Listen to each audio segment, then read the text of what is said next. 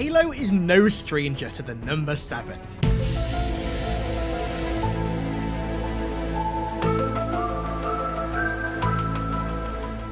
Dare I say that 7 is an iconic number when it comes to Halo, and so the next game technically being Halo 7 is a rather exciting prospect. With Halo Infinite's story posing far more questions than it did answers, there's a lot that could go on in Halo 7's story. And so today, in classic HiddenXperia fashion, we're going to collate all of the evidence that there is right now about Halo 7's story and try and paint a little picture as to what it might entail.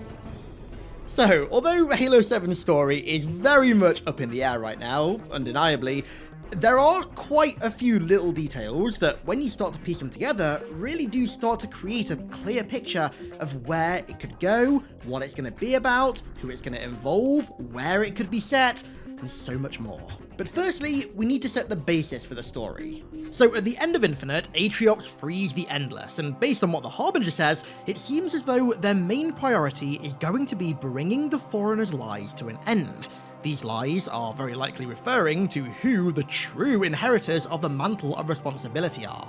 The Forerunners claim that the Precursors chose humanity as its inheritors, but this may be the great lie that the Harbinger is referring to, one that the Forerunners created to rationalize their extermination of the Precursors, and that they chose to follow through with by making the humans the reclaimers of all their technology once the Halos were fired, in an effort to keep the truth covered up and to make the lies seem legitimate. If this is the case, which personally I'm like 99.9% sure it is, and the Precursors never intended to pass the mantle down to any of their creations, let alone humanity, then the Endless's main goal will be, as the Harbinger directly stated, ascendancy, which in Halo is another word for claiming the mantle. And man has not attained the mantle. Their ascendance may yet be prevented. Their main goal will be to seize the mantle for themselves, but the real question is from whom? In the wake of Cortana's defeat, I don't really think any one species holds the mantle. But for the sake of the story, and also the fact that they're the Reclaimers, I think it's safe to assume that humanity are gonna be the ones that they have to seize it from. I mean, hell, the Harbinger tells Chief, "You are not the future," directly after referring to him as Reclaimer, so I think that lines up quite well. The Reclaimers, as we know them, humanity, are false Reclaimers and are not the future. The Endless are the true Reclaimers and are the future of the galaxy once they've reclaimed the mantle for themselves and, by extension, the Precursors. The next question is which characters and factions are going to be brought to the forefront of the universe and the story as a byproduct of the Endless attempting to reclaim the mantle.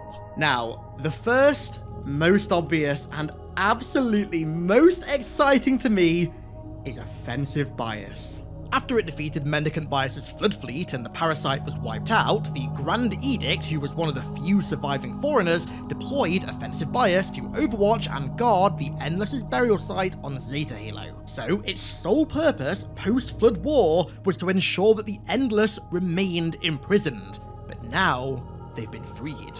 Now, how exactly Atriox and the Harbinger managed to get around the AI and free them, I don't quite know, but regardless, I see no reality in which offensive bias isn't a major player in Halo 7's Endless storyline. I mean, theoretically, it should be one of our closest, if not our absolute closest ally, which is such an exciting prospect, and in fact, one that we may have already had a glimpse at. So, in the Halo Encyclopedia that launched only a few months after Infinite, there's this picture of offensive bias, with a warthog driving towards it. Now, it's common knowledge at this point that a lot of Infinite's story was cut, roughly 2/3 of it. You combine that with this scene from the 2020 campaign trailer that also never made it into the game, the fact that there's a hologram model of offensive bias in the Silent Auditorium, and also the legendary ending, and I think it's quite clear that this was meant to be a scene in Infinite's original campaign, post-Endless release, where we meet offensive bias. Ignore the fact that it's on the Ark, we'll touch on that in a minute. And I can guarantee you again that we will get this in some form in Halo 7. It just makes perfect canonical sense for offensive bias to be our greatest ally in combating the Endless. But offensive bias may not be the only contender class AI on our side.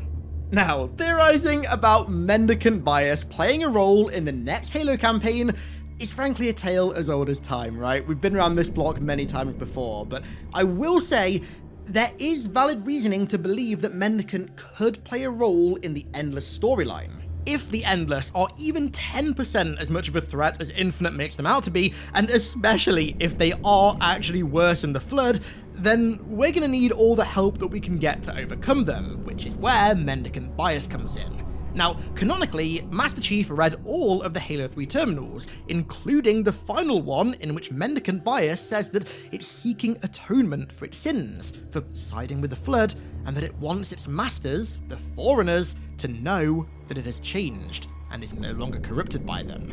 And if you ask me, there is no better way for it to do that than to ally with its former nemesis and help keep the Foreigners' truth alive.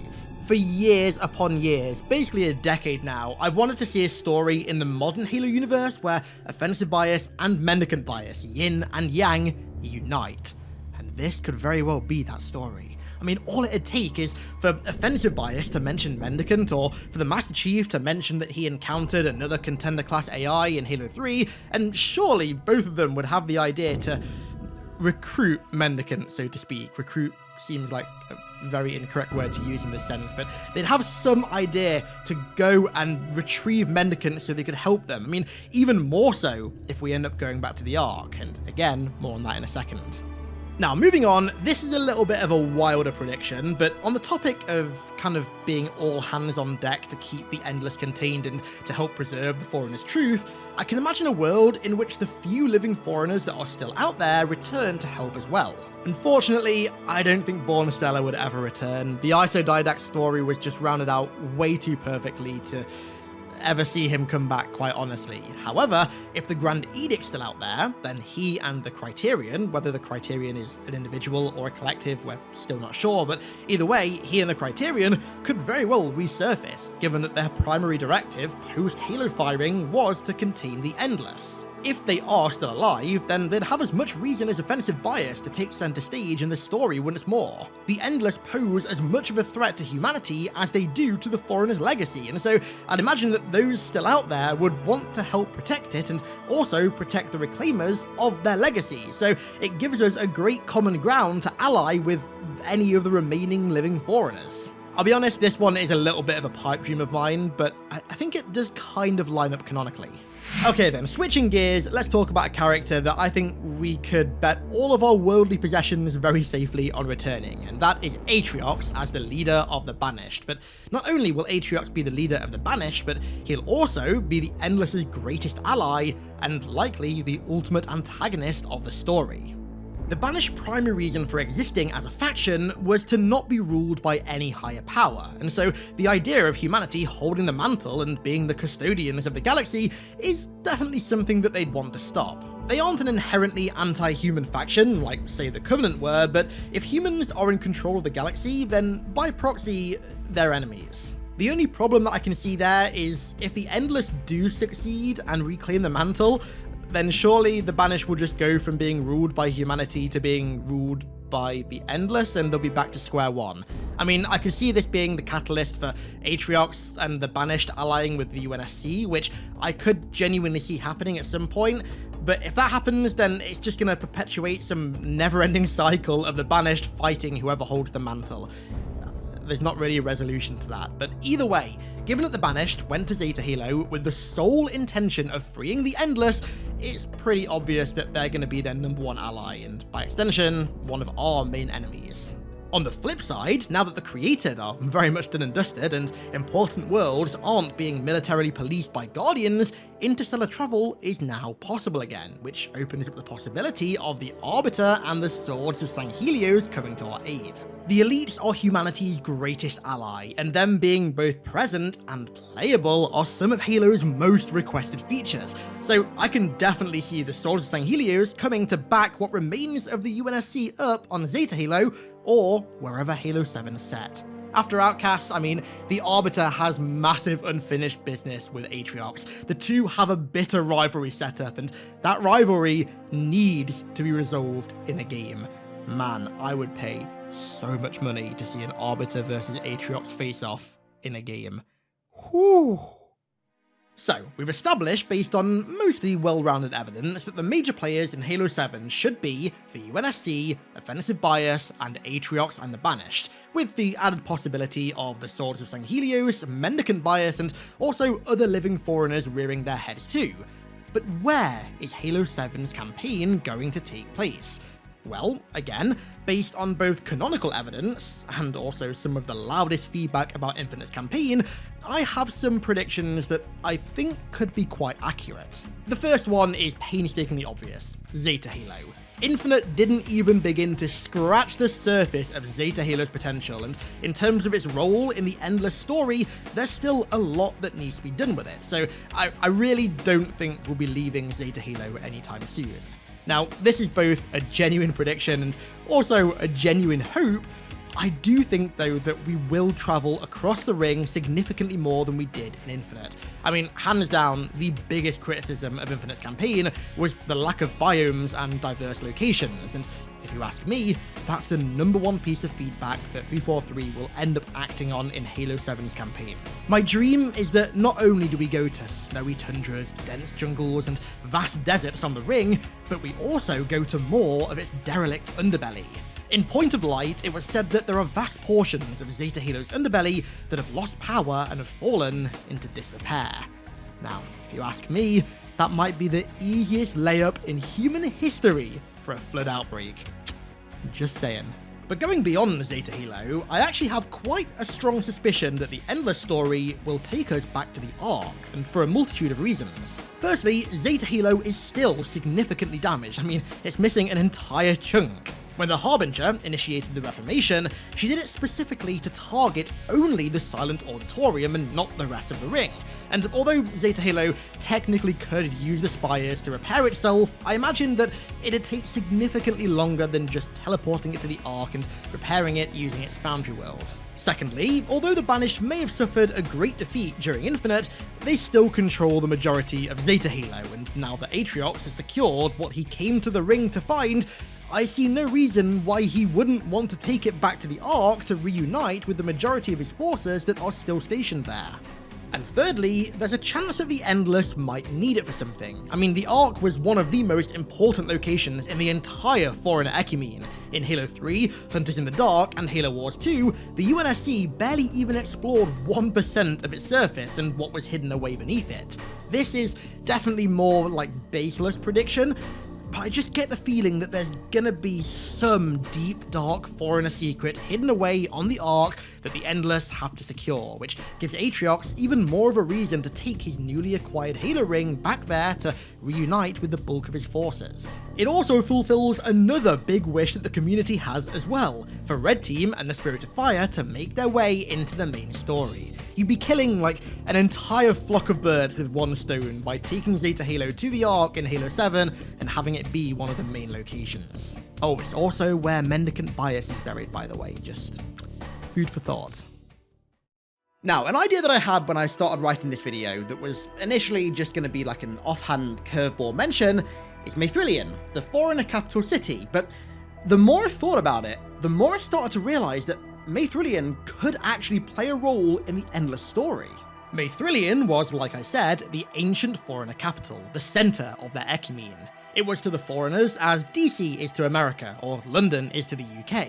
But unlike many other important locations of the ecumene, Mihelic wasn't destroyed. It's still out there, somewhere in the galaxy. I mean, hell, Ro Baratami, who was the shipmaster of the Long Night of Solace, spent a good portion of his naval career trying to find Mihelic. In fact, going to Reach was just part of his long-term journey to find it, which, of course, we unfortunately cut short. Mihelic has never been found, but it's still out there. And most importantly, it's still home to an entity known as Abaddon, the only precursor AI in existence. The city itself was actually built around Abaddon's physical precursor component. I really hope you can see where I'm going with this. Running off the mountain of evidence that suggests that the Endless are precursor in nature, it'd make perfect sense for them to want to seek out what little is left of the precursors in the galaxy, and to do so, they'd have to go to Mithrillion. In the wake of the Harbinger's death, the Endless are going to need a new leader as well, and Abaddon, the entity that has witnessed the entirety of Foreigner's history, would fill that role perfectly. It'd also be a great source of intelligence for them as well, given that it was the overseer of the precursor domain. It was the entity that allowed the Foreigners to first interface with it. For the Endless to want to join forces with the only precursor AI in existence only makes sense to me. It would be the perfect guiding force for a species that have missed hundreds of thousands of years of history and that want to fulfill their ancestors' legacy of holding the mantle. And you know, the more I think about this, the more it starts to line up in practical and real-world terms as well. So, Abaddon is an extremely obscure piece of Halo lore. It was only ever present in one Halo story, the short story Promises to Keep in Halo Fractures. Outside of an offhand mention in Epitaph, Abaddon has never been mentioned in any other story or media or anything. But luckily for us, 343's writers seem to love resurrecting lore on this level of obscurity. Take SPDR for example, System Peril Distributed Reflex, an AI intrusion countermeasure that was only ever present in Isle of Bees until 343 resurrected it for Halo Infinite and made it a core part of Chief's Gen 3 Mjolnir BIOS. Or Offensive Bias, slightly less obscure, granted, but still an element of Halo's lore that hadn't even been mentioned for 8 whole years prior to Infinite's legendary ending, and is now likely going to be a key player in the story going forward. Abaddon, and by extension Mithrillion, could very well just be the next obscure pieces of Halo lore to make their way into the main story.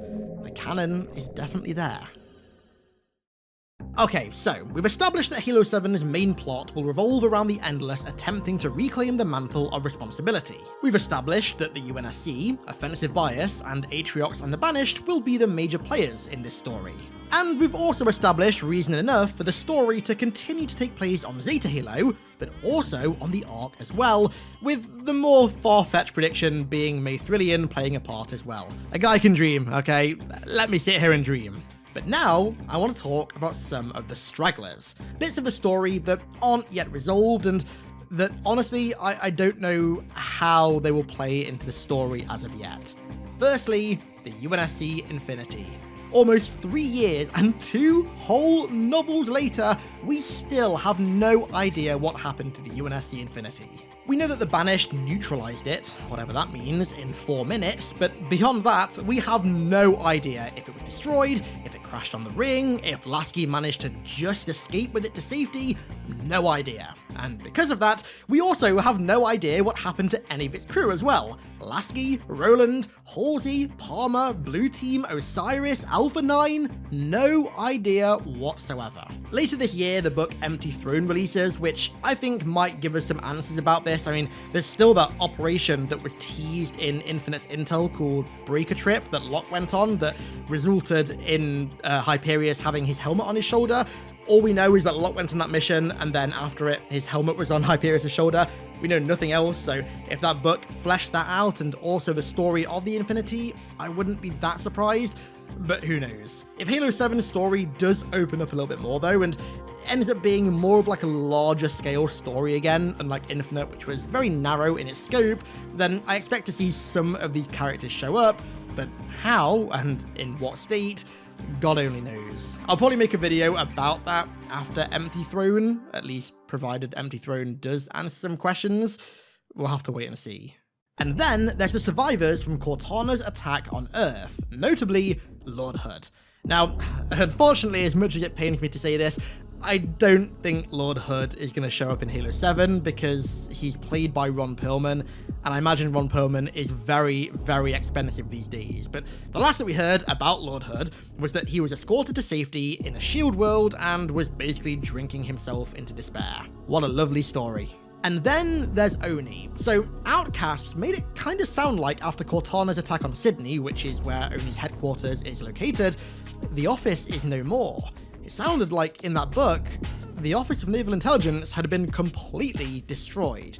Now, again, even if they hadn't been, I don't think that Oni will play a direct role in Halo 7's story, nothing like what was teased for Halo 5, but I figured this is worth mentioning for the sake of completion. I'm a completionist and I like covering all bases, so just hear me out there. However, this is all assuming that the next Halo is Halo 7. We've all been very, very vocal about wanting more Halo spin-offs now for practically years, but since Infinite, it feels like the community has kind of collectively decided to up the ante on this, and I guarantee you that 343 are listening to the millions of calls for more Halo spin-offs to be made. I mean, hell, Bonnie Ross even said that spin-offs was something that 343 did plan on doing after Infinite released. Now granted, I think it's fair to say that all the plans 343 had prior to Infinite, especially those that were laid out by former leadership, probably have less value now than Oxygen at a Grunt's birthday party. But with entirely new leadership at the helm, with entirely different values as well, and with how much the community has been vocally begging for spin-offs the last few years, it really wouldn't surprise me if they took a short-term break from the mainline games to do at least one spin-off. Now, I don't want to sit here and discuss spin-offs in as much detail as I did for Halo 7, because frankly, I've already done that in a billion different videos before. Instead, I just want to list off a bunch of ideas that I know I and many, many others would like to see turn into Halo spin-off games. A Flood horror game, a realism-focused ODST game, an ODST Flood horror game, an Arbiter Souls-like game, a Contact Harvest game with Johnson as the protagonist, an action horror shooter set during the Foreigner Flood War, and so many other options. There's also Halo Wars 3, but honestly, as much as I adore Halo Wars, I really hope if 343 do choose to do a spin-off, it's not Halo Wars 3. I want something completely new. I want a style of Halo game that we've never had before.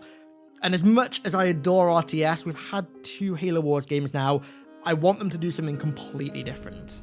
On that note, there is an entirely different direction that they could go in with a spin-off that I actually made a video about last year, a remake. Now, I replayed Resident Evil 4 Remake recently, and I did it with a Halo CE Chief Mark V skin for Leon, which was so cool.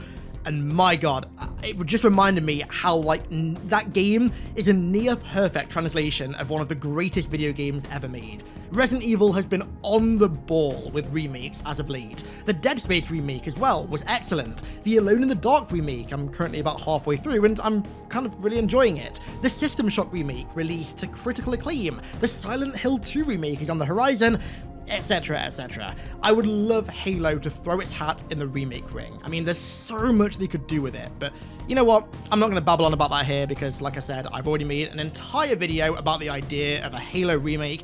Go and watch that video and let me convince you over there that that would be a good idea. And those, my friends, are my predictions for Halo 7's story as of right now, whatever it ends up being. I know we're not exactly knocking on the door of Infinite Sequel or anything, but I literally built my channel on theory and speculation content. It's kind of my bread and butter, to be honest with you. So regardless of how close or far away the next Halo game might be, I'm always going to make content like this because, frankly, I just find it really fun. I really enjoy reading between the lines, taking little bits of evidence that we have now from existing stories and trying to, like, build a bigger picture from that evidence. So I hope you guys enjoyed, because I'm going to be making more content like this in the future. So if you enjoyed, show your support down below as per usual. I'd really appreciate it. And with that said, I'm going to round this video out here. I want to give a massive thank you to all of my amazing patrons for the continued support over there as per usual. And thank you all once again so much for watching. I really appreciate it. And I'll catch you all in the next one.